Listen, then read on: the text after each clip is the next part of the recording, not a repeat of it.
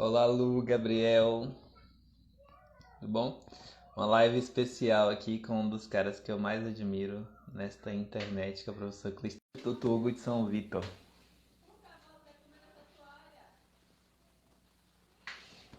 Estão ouvindo bem, vendo bem? Boa tarde, professor. Tudo Boa bem? tarde, boa noite aqui já. Boa tarde para vocês aí. Obrigado, professor. Vocês estão ouvindo bem, vendo bem? Às vezes com um eco. Então, eu chamei o professor Clístenes aqui nesta tarde para. Você mora na Alemanha, né, professor? Exato. Então Por tá enquanto, por enquanto. um pouquinho distante da gente. Mas chamei para a gente falar sobre um tema que eu gosto muito, que é sobre literatura e cosmovisão, né? E eu queria começar, professor, porque ontem apareceu aqui alguém me perguntando, né? Acho que foi ontem ou foi anteontem. Sim, qual é a diferença dos nossos heróis para um herói como o Odisseu, da Ilíada e tal? E aí eu tentei explicar, né, que depois do cristianismo, os nossos heróis apresentam um esquema que tem a ver com o que a gente vive na experiência cristã, né? De redenção, de se sacrificar para salvar o mundo e tal, que a gente não vê tão presente na estrutura dos poemas de Homero. Só que eu percebi que a pessoa não conseguia entender, fazer um salto, né? Assim, a cosmovisão deles era diferente da nossa, portanto, esses heróis têm coisas diferentes. Então eu queria que o senhor explicasse pra gente qual que é essa relação entre a literatura e a nossa cosmovisão. Maravilha. O meu som está bom? Tá, pra mim tá ótimo. Perfeito. Então, realmente reside na cosmovisão a diferença que nós temos quando narramos os feitos, né, essa gesta, esses feitos do herói na antiguidade. Na antiguidade grega de uma forma, na antiguidade romana já é um pouco diferente, e depois com o cristianismo, obviamente, tudo muda, né? Todas as coisas são feitas novas. Porém, as palavras que nós usamos, inclusive a palavra herói, a palavra santo, a palavra glória, a palavra honra, não é? Daí nós dizemos a ele louvor, honra e glória, né? Damos tudo isso para Deus. São as mesmas da antiguidade, não é? E nós acabamos usando para coisas que não são as mesmas, que já foram feitas novas pela própria vinda de Cristo, não é? Essa frase do Apocalipse, né? Eis que faço nova todas as coisas. E tudo foi feito novo, inclusive... deixa eu tirar o fone aqui, então eu Bem, vejo que o pessoal tá... Melhorou agora? eu acho que esse é o problema no meu áudio mesmo. Se continuar, vocês avisam aí pra gente. Pode Certo. continuar, professor. Então, mesmo todas as coisas são feitas novas, não é? Isso e essa frase do Apocalipse impacta muito toda a sociedade e toda a cultura cristã. Bom, mas vamos então falar um pouco dos heróis antigos, certo? E o que estava como o fim máximo da vida desses heróis antigos, e depois vamos ver qual é o fim máximo da vida dos heróis modernos, dos heróis pós-cristianismo, certo? Então a gente tem duas coisas, não é, importantes na literatura antiga.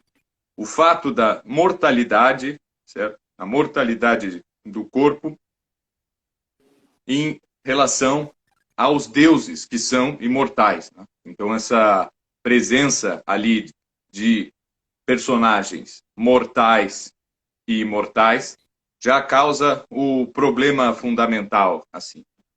Como nós que desejamos ser como Cristo, não é? E quando há conversão, há essa busca pela imitação de Cristo, os heróis da Grécia Antiga gostariam de ser não exatamente como os deuses, inclusive, sob alguns aspectos, gostariam até de superá-los, certo? Mas havia algo, não no campo da imitação de um Deus, não no campo de ser como um Deus em todos os seus aspectos, de ser como um Deus em plenitude, mas havia algo que esses heróis almejavam e que não era tão fácil assim, que é essa imortalidade. Como ser imortal? E a gente vê que não há na mitologia, né? O pessoal, na literatura de ficção eu invento qualquer coisa, né? Mas é raríssimo os momentos onde há essa possibilidade real, assim, de um personagem se tornar imortal. E muitas vezes há a negação disso, né? Como é o caso de Odisseu, que nega a imortalidade para voltar para casa e viver com a sua mulher, que ele não via há 20 anos, né? Com o seu cão, seu filho, seu porqueiro ali e tal, né? Então, ter aquela vida provinciana em detrimento da imortalidade. Então, há esse desejo. Agora, como se tornar imortal, não é? Quando há a oferta disso pela mão de um deus, não é? Ou de uma divindade, como é Calipso, no caso de Odisseu, que oferece isso a Odisseu, eu preciso que a minha timé cresça, a minha honra. Eu tenho que trabalhar nessa vida para que a minha honra cresça e assim os meus feitos serão memorados. E aí eu me tornarei imortal porque eu estarei ainda vivo na memória das pessoas, na mente das pessoas, na imaginação das pessoas. E isso é um aspecto da cosmovisão. Eu nunca morrerei enquanto pronunciarem o meu nome por aí e lembrarem do que eu fiz. Certo? Os mortais são as pessoas que, depois da morte, ninguém mais lembra. Então, existe esse aspecto. Não é à toa que nós chamamos os grandes homens de letras até hoje, né, de imortais. Na Academia Brasileira de Letras, nós acabamos chamando de imortais e tal. E outras figuras públicas assim famosas, não é? E várias outras coisas que são lembradas, não é? Que em estrito senso nós chamaríamos apenas de memorável, não é? Aquilo que pode ser lembrado, mas nós acabamos de dizer imortal, não é? Essa música aqui, essa canção é imortal, não é? Esse time de futebol é imortal, não é? E todas essas coisas. Então, há esse desejo de timé, que é honra.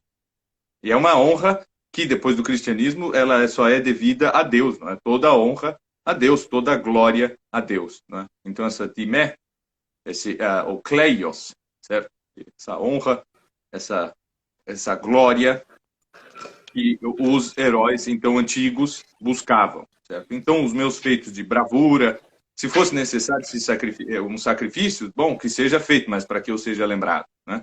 Tudo é importante que seja feito para que eu seja um dia lembrado. Né? Esse é um dos aspectos da Ilíada, relacionado mais assim com um aspecto heróico. Né? Essas são as duas palavras, kleios e timé. Essas são as palavras-chave para a compreensão da Ilíada, porque todos os heróis ali estão buscando isso. Não só os heróis, mas quando nós lemos, por exemplo, o catálogo das naus, né, uma revista de Agamenon, né, ele dizendo todo mundo que estava ali, de onde vem, filho de quem e tal, não sei, é sempre isso, né? As cidades que vieram, e que participaram da batalha, qual foi o contingente efetivo de homens que foram trazidos à guerra por cada rei e tudo isso, né? E todos os feitos que são lembrados ali, é isso, né? É uma busca da imortalidade.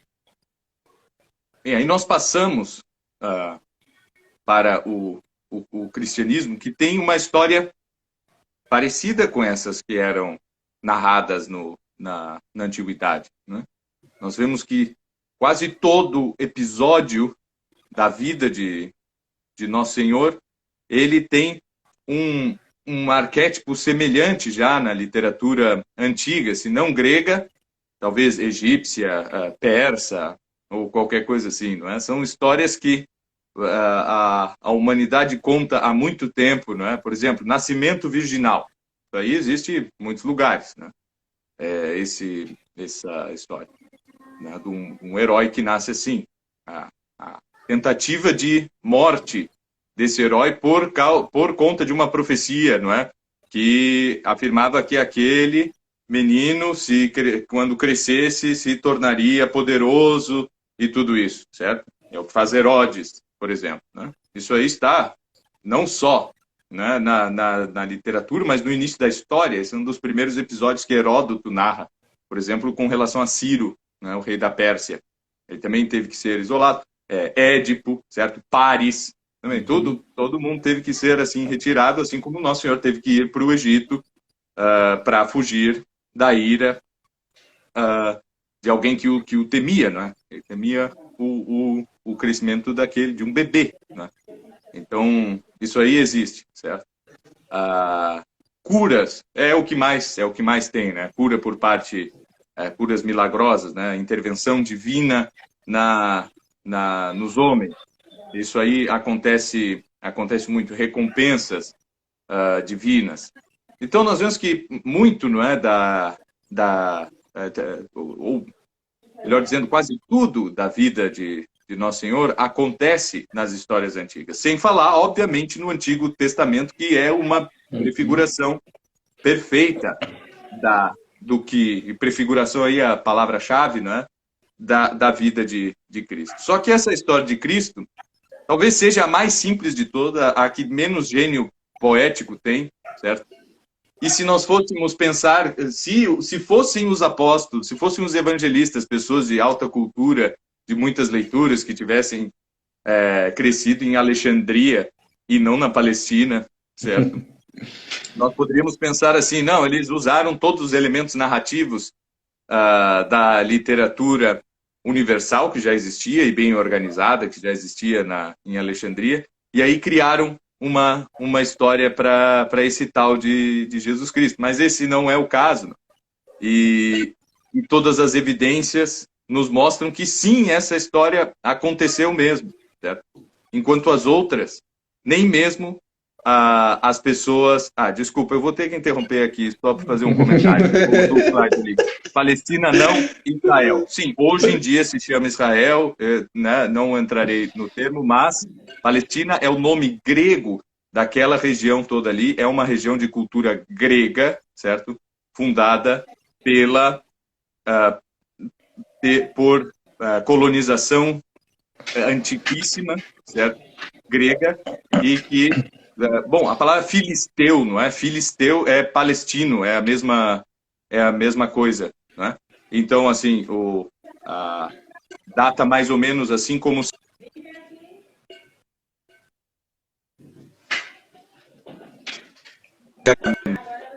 acaso em registros gregos diz que passou ali pela Palestina, certo?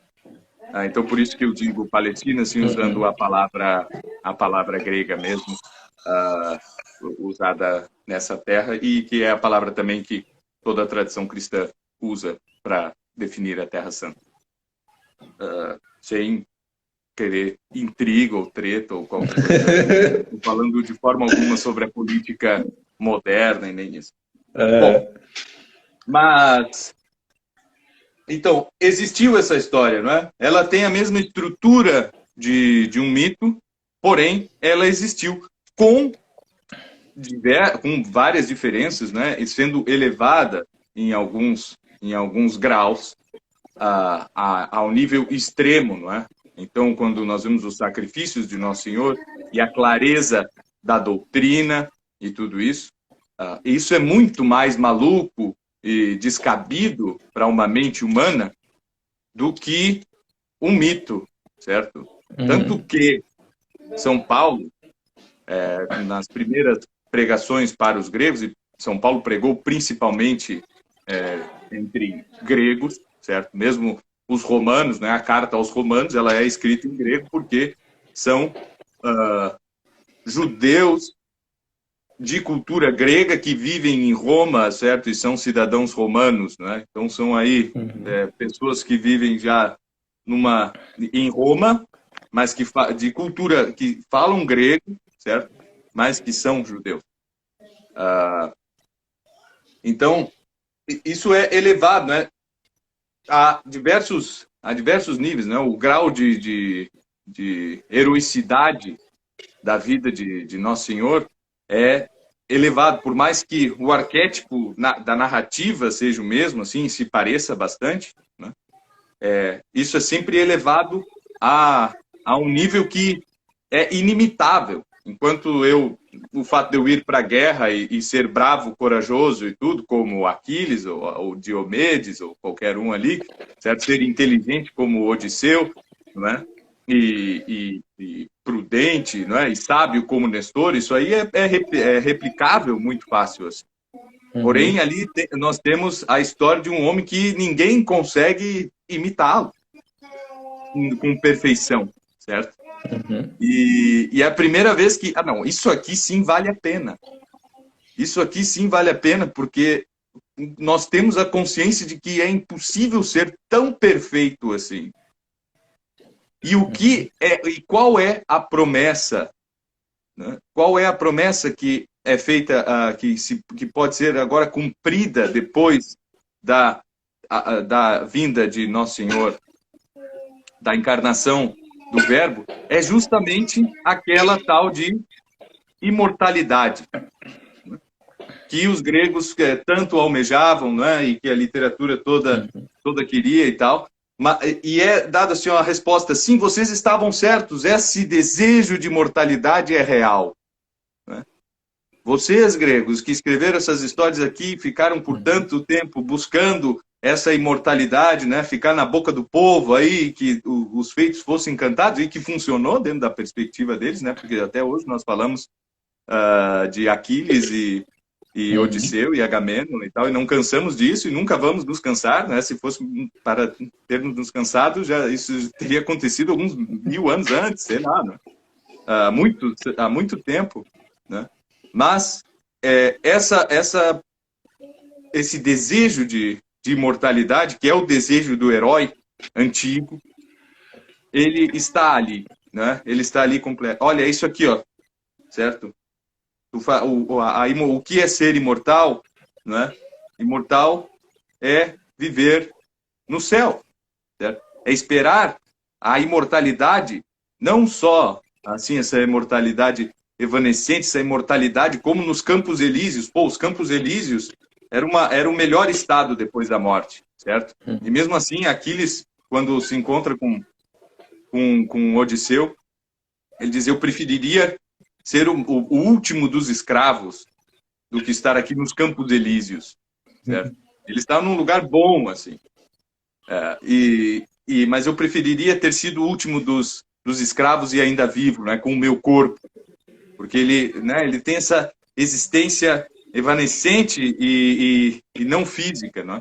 Quando que o cristianismo vai dizer: não, olha, sim, é imortalidade, sim. Aí os gregos, isso, imortalidade, né? Nós já sabemos, certo? A filosofia também tratou disso, né? Não foi só... Esse é um tema que é lançado pela literatura e vai passando e sendo aprimorado, e a filosofia trata disso, não é? Com Platão, tão bem trata disso. E só que o cristianismo diz: não é só a imortalidade da alma. É uma imortalidade bem-aventurada, cuja nenhuma felicidade aqui na Terra pode ser comparável a ela. E mais, depois de tudo, ainda a tua carne ainda vai ressuscitar. Tu vais ter um corpo glorioso, certo? Superior àquele corpo de Paris, semelhante a um deus, com uma beleza superior à de Helena, com uma força superior à de Aquiles ou Heitor, certo? Então se cumpria não só a libertação do povo, não é? Mas se entende essa libertação do povo predita no Antigo Testamento como essa verdadeira ressurreição, não é? É só o ressuscitado que realmente será liberto, certo? E o que nós temos que fazer, então? A mesma coisa que faziam os gregos ali, ter atos de bravura na guerra e tal, não sei o que, isso tudo, né? E com o tempo vão surgindo os heróis e cada um no seu canto. Sim, esses atos. Se tu fores um soldado, que sejas um soldado como Heitor, certo? Mas não só como Heitor, muito melhor ainda, que sejas um soldado como São Jorge, certo? Uhum. Agora, se tu fores um carpinteiro, né, sejas como um carpinteiro como São José. Se tu fores um pescador, que sejas como São Pedro. Se tu fores um construtor de tendas, que seja como São Paulo. E por aí afora, não é? Não é mais necessário. E tudo isso te fará imortal, não é? Essa imitação dos imitadores, né? Que imitam a Cristo. É Tem uma coisa, mais ou menos tem uma isso. coisa interessante no que o Odisseu fala, né?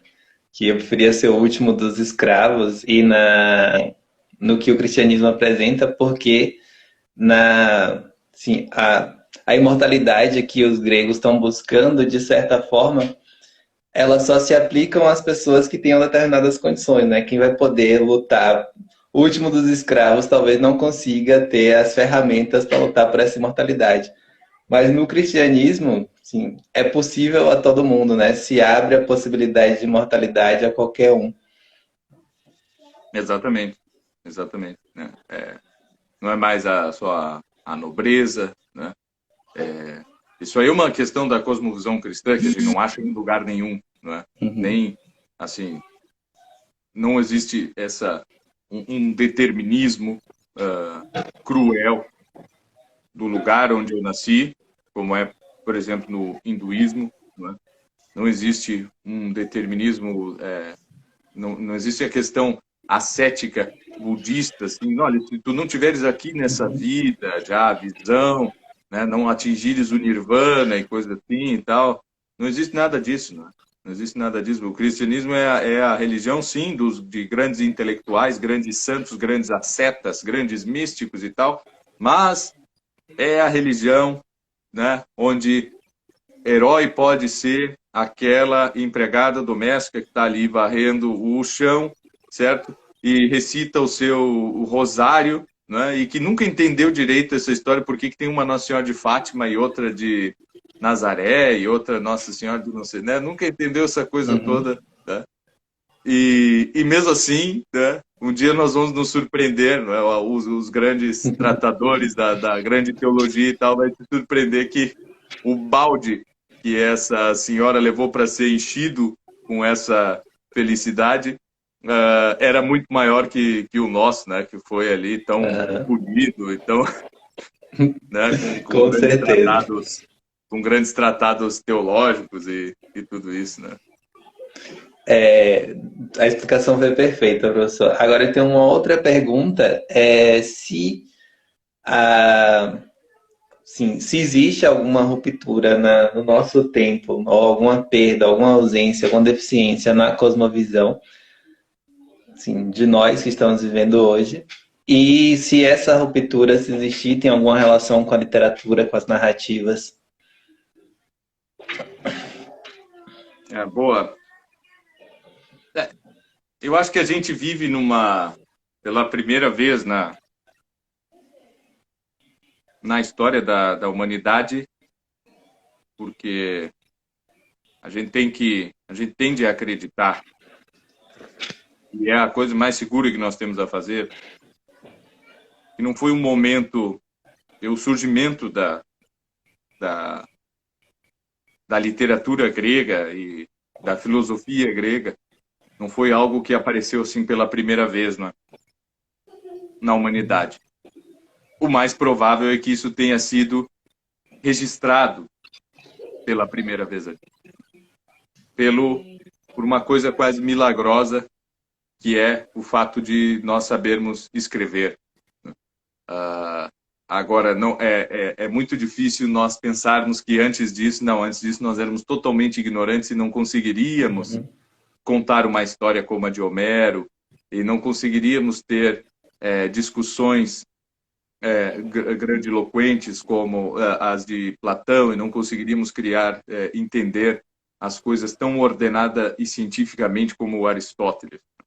É bastante provável que antes disso também tenha sido possível, não é? Antes mesmo de qualquer coisa. Então esse é um momento onde nós conseguimos escrever, registrar isso da melhor forma possível e aí iniciarmos uma tradição, não é? Onde nós, pela primeira vez, temos o diálogo entre entre gerações diferentes, né? E aí começamos a viver aquilo que o Chesterton chama de democracia dos mortos, né? Nós estamos ali levando em conta as opiniões de todo mundo, né? E essa tradição ela não acaba desde então, né? Mas a gente consegue ir muito pouco para trás, assim. A gente está falando aí de 2000 anos antes de Cristo, onde a gente consegue ver ali o que existe no crescente fértil, né, entre Mesopotâmia e Egito, e depois no Mediterrâneo e tal. Isso aí é muito pouco tempo que nós temos essas coisas. Mas nós temos, e essa tradição ainda não morreu. O que parece haver, né, e tem a ver sim com a escrita, não é, com uma questão tecnológica, porque o alfabeto é uma tecnologia que surge, certo? E que existe e que foi criticada, não é, assim como qualquer nova tecnologia que surge, certo? Quando surge o rádio, as pessoas criticam. Não, mas peraí, né? Agora a pessoa não vai mais ler, vai ligar o rádio e ficar escutando? Que história é essa? Depois surge a televisão e é outra crítica, né? E com a internet e tal. Normalmente as críticas são boas, não é? Assim como é boa a crítica de Sócrates com relação à escrita, né? Quer dizer assim, não, agora ninguém mais precisa pensar e nem se lembrar de nada, né? Para quê? Agora morreu a memória, ninguém mais precisa lembrar de nada. E talvez 2.400, 2.500 anos atrás isso estivesse assim um pouco exagerado da parte de Sócrates, né? Mas nós vemos que realmente as pessoas hoje em dia não conseguem mais lembrar de nada, né? As pessoas têm dificuldade de memorizar um soneto, que são 14 linhas, certo? E que tem rima, e tem métrica, né? Que facilitam com que a gente memorize tudo isso, né? Então nós temos essa tradição e ela vai sendo, sim, alternada, vai sendo alterada por questões tecnológicas, como um dia foi com a questão do alfabeto. E nós temos a alteração da imprensa, né? A imprensa é algo maravilhoso, que ninguém discute hoje em dia. Eu raramente acho um autor discutindo a importância da imprensa e o seu grande valor, né, para a disseminação das ideias e tudo isso, né? Os homens puderam se dedicar a outras coisas que não ficar copiando livros e tudo isso, né? Porém, há um fator, sim, que pode ser criticado, e é o fato de existirem muitos livros, certo? E de que qualquer coisa pode agora ser impresso a baixo custo, né? E quando o papel ganha relevância também, e aí o papel se torna barato, né? Imprimir se torna cada vez mais barato, e hoje em dia nem se fala, né? Hoje em dia é baratíssimo. O pessoal acha caro, pô, imprimir um livro, meu Deus, R$20.000 para fazer 1.000 cópias, não é? Isso é ridiculamente barato, certo? Se a imprensa fosse ainda, se eu tivesse que pôr tipo por tipo ali, né, ao contrário, assim, espelhado e tal, para fazer uma página, isso seria muito mais caro, né? Mas mesmo assim a coisa vai ficando mais barata, e quanto mais barato fica, certo? É uma coisa boa, né? Nós temos esse aspecto positivo, mas existe uma outra face que eu acho que nós temos que aceitá-la, mesmo ela sendo ruim, porque é o sacrifício que nós temos que fazer, que é isso aí, existe muita coisa sendo escrita. E se perde essa tradição, porque já não existe mais o cano. Olha, nós temos aqui, né, chegar lá no mosteiro, conseguimos, depois de 30 anos, comprar mais papel. Certo? O Abade dá essa notícia ali para o pessoal do escritório, né? Conseguimos comprar mais papel. O que nós vamos copiar? Certo?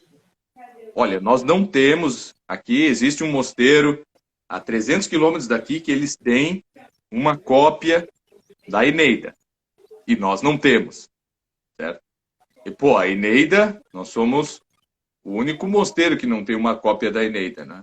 E nós não estamos conseguindo dar a formação aqui linguística necessária para os nossos monges, porque nos falta uma cópia da Eneida, né? Então tá, todo mundo, o Abade diz, então a Eneida tá na lista, certo? Isso é uma questão séria, certo? O papel foi caro, a tinta é cara, e um monge que poderia estar fazendo qualquer outra coisa, plantando, fazendo... Não, agora ele vai ficar ali copiando, né?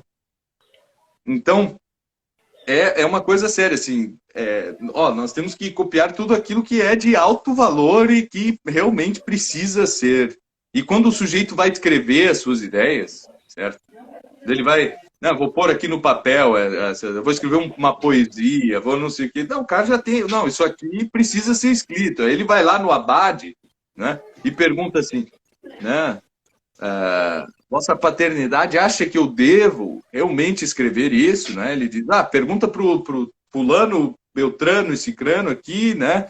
Recita, explica o que tu tens a dizer, e aí eles podem te dar um feedback, porque nós não vamos gastar papel assim e depois ficar aí lotando a nossa biblioteca com coisa que é inútil, certo? Com coisa que não acrescenta nada e que não vai nos ajudar em nada.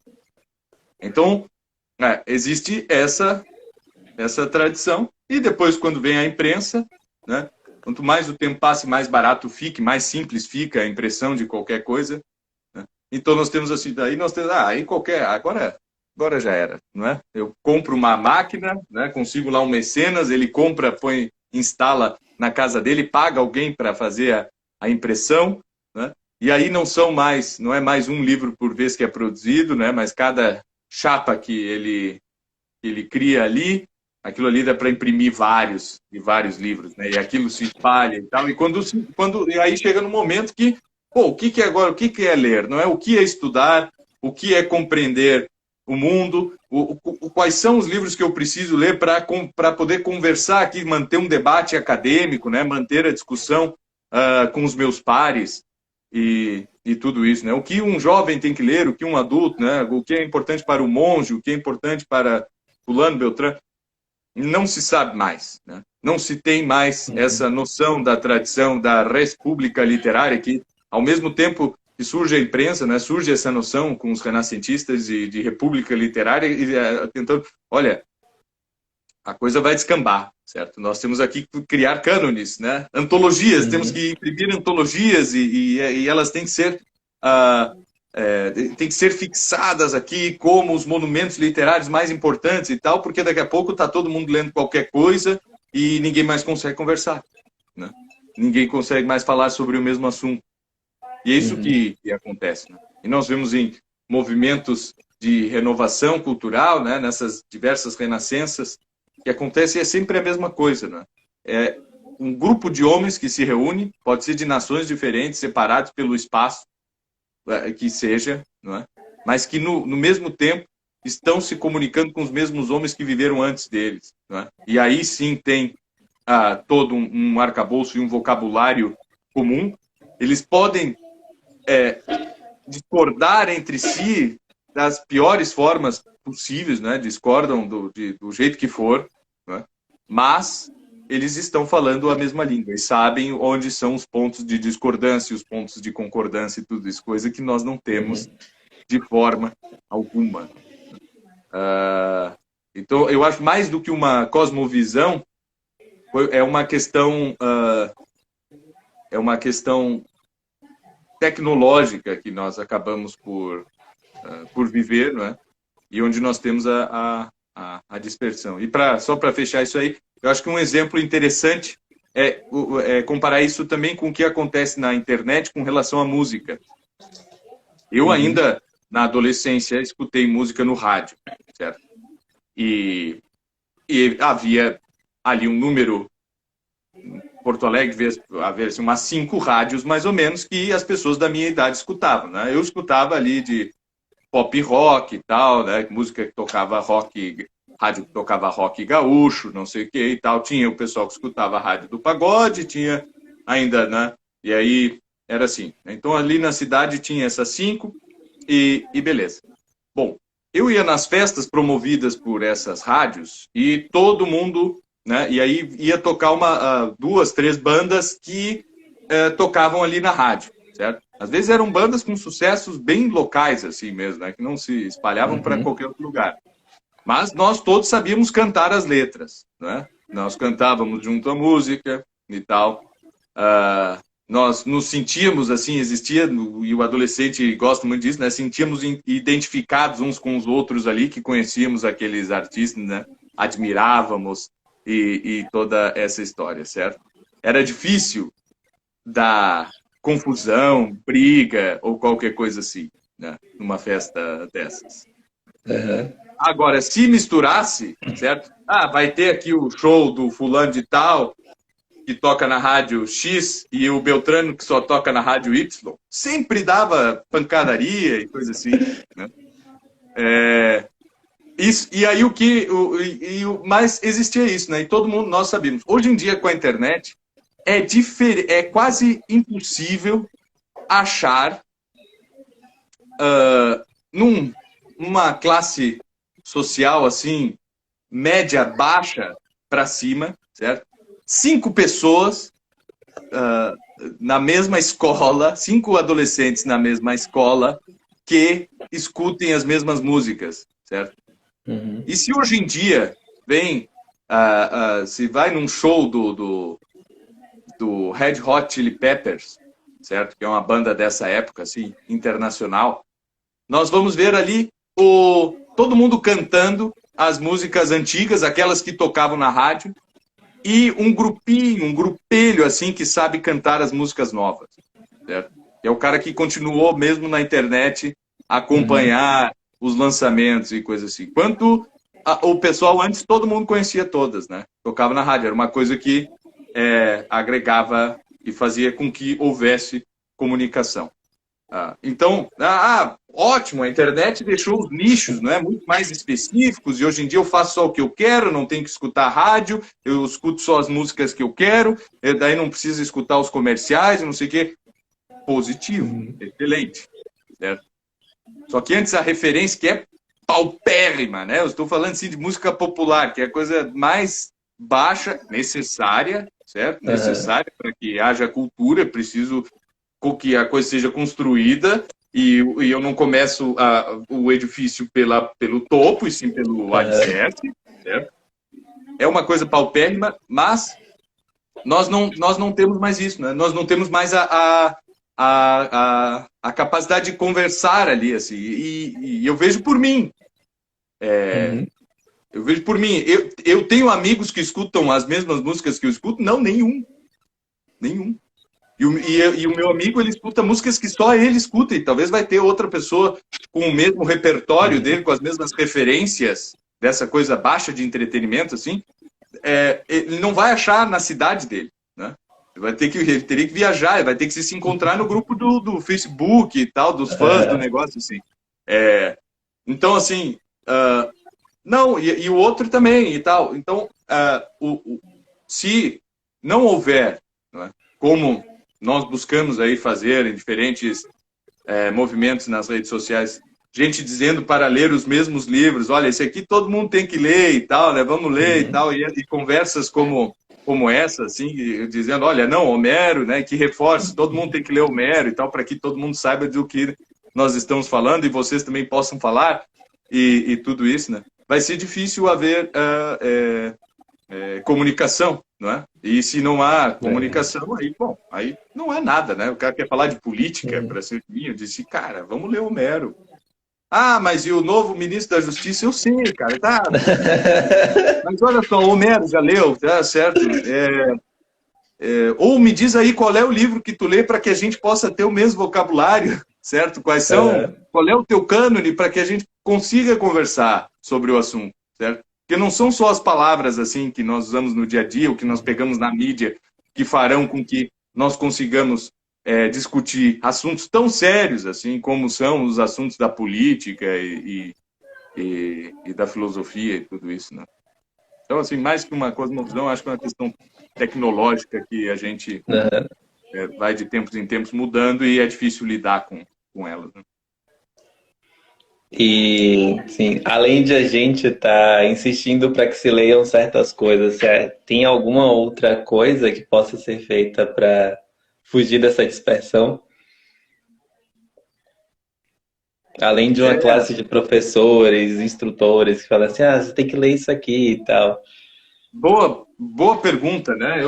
Quando eu procuro nunca, não que eu não tenha assim para mim, né, qualquer ser humano ele se acha detentor das soluções de todos os problemas, né? Mas eu me policio sempre para não dar soluções muito gerais, porque já fiz isso, né? E vejo que é uma furada, né? É uma furada.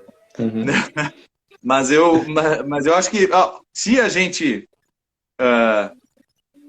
né, conseguir, né, usando todos os recursos retóricos que nós temos, convencer as pessoas a lerem um número X de livros, né, conhecerem um número X de histórias, isso já é muito bom. Né? Assim como nós temos que a discussão, nós temos que sim que discutir, né, se a Capitu traiu ou não, mas temos que ver que o Dom Casmurro não é só isso, certo? E já que todo mundo leu o Dom Casmurro, não foi todo mundo, não. Né? Todo mundo leu Machado de Assis, outra obra e tal. Cara, tem que ler mais, certo? Né? Tem que ler mais, tem que ter mais aprofundamento nesses autores que são a nossa primeira referência, aquilo que primeiro vem na mente, assim, quando um grego diz Homero, certo? Um inglês diz Shakespeare, certo? E nós acabamos por dizer Machado de Assis, né? Até depois de Camões, o Padre Antônio Vieira, certo? Mas eu acho que esse trabalho assim de bater, não é? Olha, esse livro e tal, e incentivar, é claro, novos autores aqui se escreva mais literatura, né?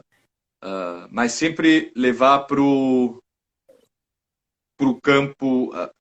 Acho que ler uma obra moderna sempre é a melhor forma de nós conseguirmos ler uma obra antiga, não é, com mais proveito. Nós estamos vendo alguém que está no nosso tempo e que enxerga o mesmo mundo que nós enxergamos, né? Que tem sobre si essas influências tecnológicas, enfim, de todas as circunstâncias.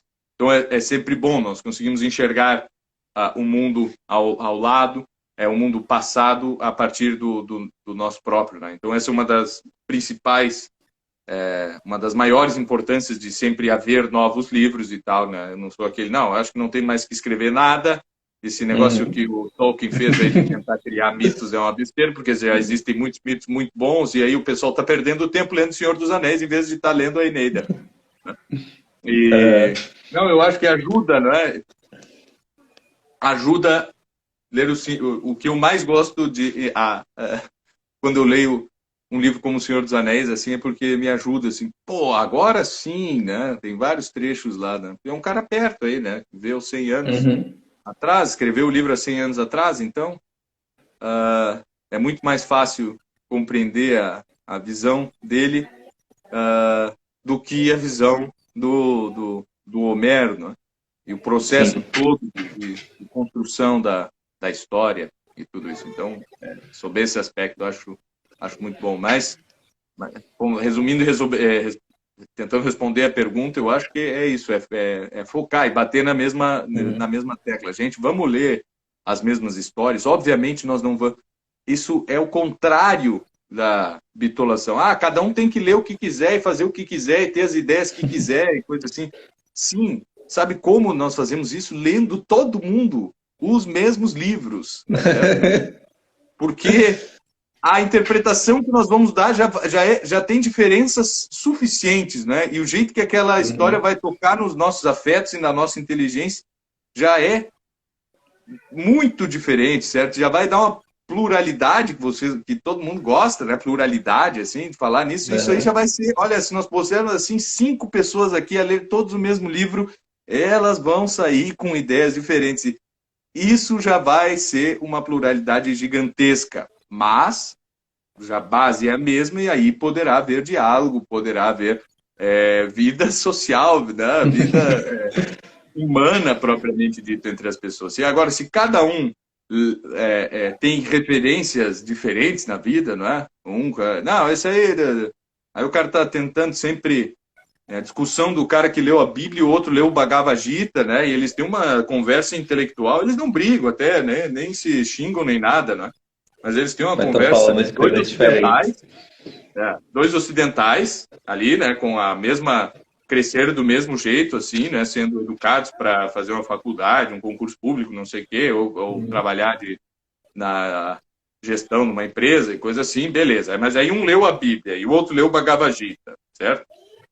E aí eles estão ali discutindo e tentando achar os arquétipos semelhantes e tal. Cara, por que vocês não leem o primeiro livro antes de começar a ler? Inteligente e discutindo o negócio, né? E aí não sai nada, né? Não sai nada.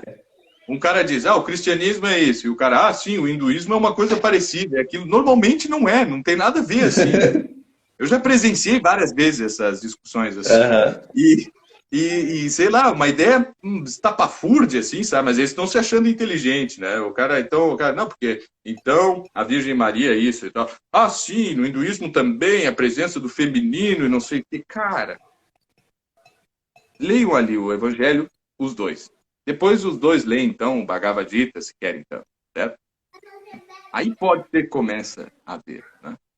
Mas precisa ter esse ad fontes, né? Esse acesso às fontes, para começar a ver, assim, né? Essa visão. E quando a gente fala em cosmovisão, a gente está falando de mais de uma pessoa, né? Porque senão eu sou só um louco. Não, ali. Eu tenho a minha cosmovisão.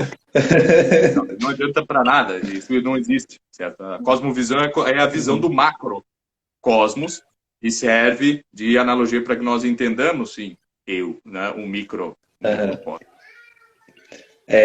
Você falou aí, a gente tem um clube do livro, alguém comentou aqui, por isso que serve um clube do livro. E uma coisa que me chamou a atenção é que a gente começou com Shakespeare, depois passou por Origenes Lessa, agora a gente está lendo Machado, depois a gente vai ler Tolkien. Vai ler o professor Olavo um pouco e vai ler o Tolkien.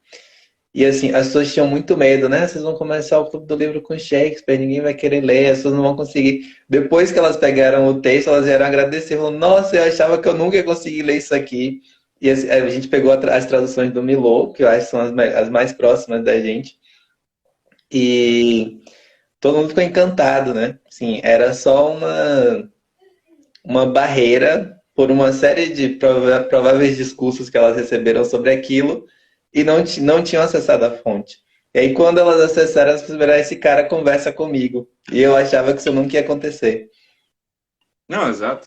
Não tem, se alguém pegar assim, Trabalhos de Amor Perdido, por exemplo, e o cara não lê aquilo numa sentada assim e pensar, e se o cara não pensasse, meu Deus, onde você estava a minha vida toda, onde essa história estava a minha vida toda, né? E é claro que essa é uma leitura que num primeiro momento possa ser difícil, o cara pega ali 40%, né? Eu não estou lendo certo. Vai para o próximo, daqui a pouco tu volta, certo? Lê um livro mais moderno, né?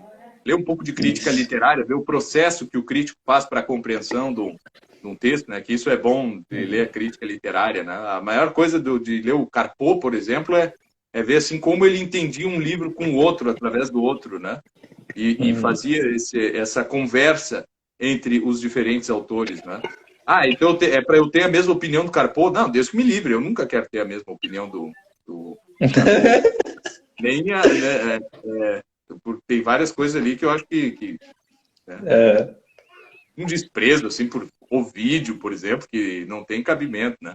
Aqui na Alemanha é bem comum esse desprezo por Ovídio, assim, e ele tinha isso bem incrustado. Por mais seja o gênio, né? E eu não sou ninguém, assim, o Carpo é um cara genial e tal. Eu não vou ler o Carpo para ter as mesmas opiniões dele, né? E chegar lá e sair gritando assim, Hesíodo é o Homero dos proletários. O cara nem entende o porquê que o Carpo está dizendo isso. E já sai repetindo isso aí e achando assim, Hesíodo é o poeta menor, é o Homero dos proletários e não sei o quê, já, né? Eu tô com o Carpo, hashtag fechado com o Carpo, né? E enquanto, o Carpo podia estar fazendo muito mais por ti, não é? Podia estar... Ele fez o favor de expor o processo todo dele como leitor naquela obra monumental, assim, e que nos convida a fazer o mesmo, né? Talvez nós não escrevamos isso, mas a nossa vida de leitor, ela deve ser assim como é como foi a vida do Carpo e de tantos outros grandes leitores que nós tivemos por aí. Eu fiz uma live com o professor Vitor Salles, né? Falando sobre os noivos do Manzoni. A gente partiu do Carpo, mas assim, ó. A gente partiu do Carpo, mas a gente falou de um monte de coisa que a gente não concorda com o Carpo. Então, eu acho que a leitura que o professor Vitor Salles deve estar lá no YouTube dele.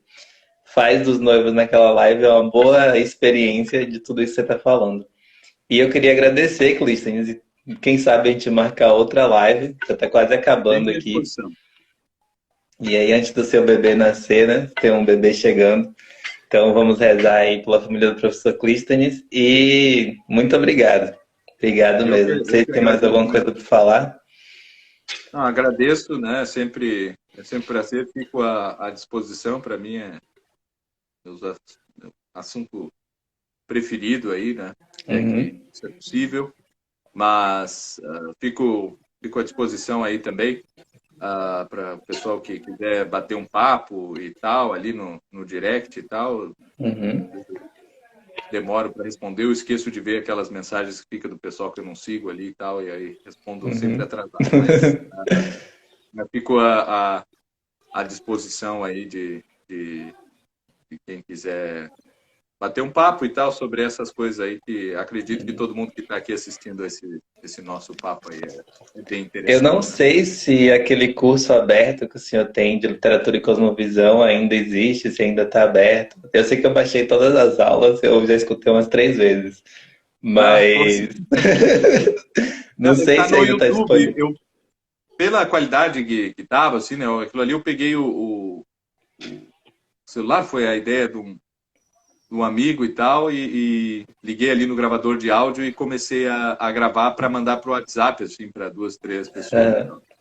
E tá no YouTube, lá no canal Magister Clístenes, que não é nem um canal, né? É só assim, um depósito de alguns materiais aí. Por aqui é mais fácil de achar do que aqui no Instagram. Se a gente põe aqui, fica tudo meio perdido, assim. Aqui fica tudo muito perdido. Então é isso, galera. Sigam o professor Clístenes, sigam o Instituto Hugo de São Vitor e estudem bastante. Então, obrigado, Clístenes. E leiam os grandes clássicos. Até mais. Muito obrigado a todo mundo. Fiquem com Deus e rezem sempre. Obrigado, professor.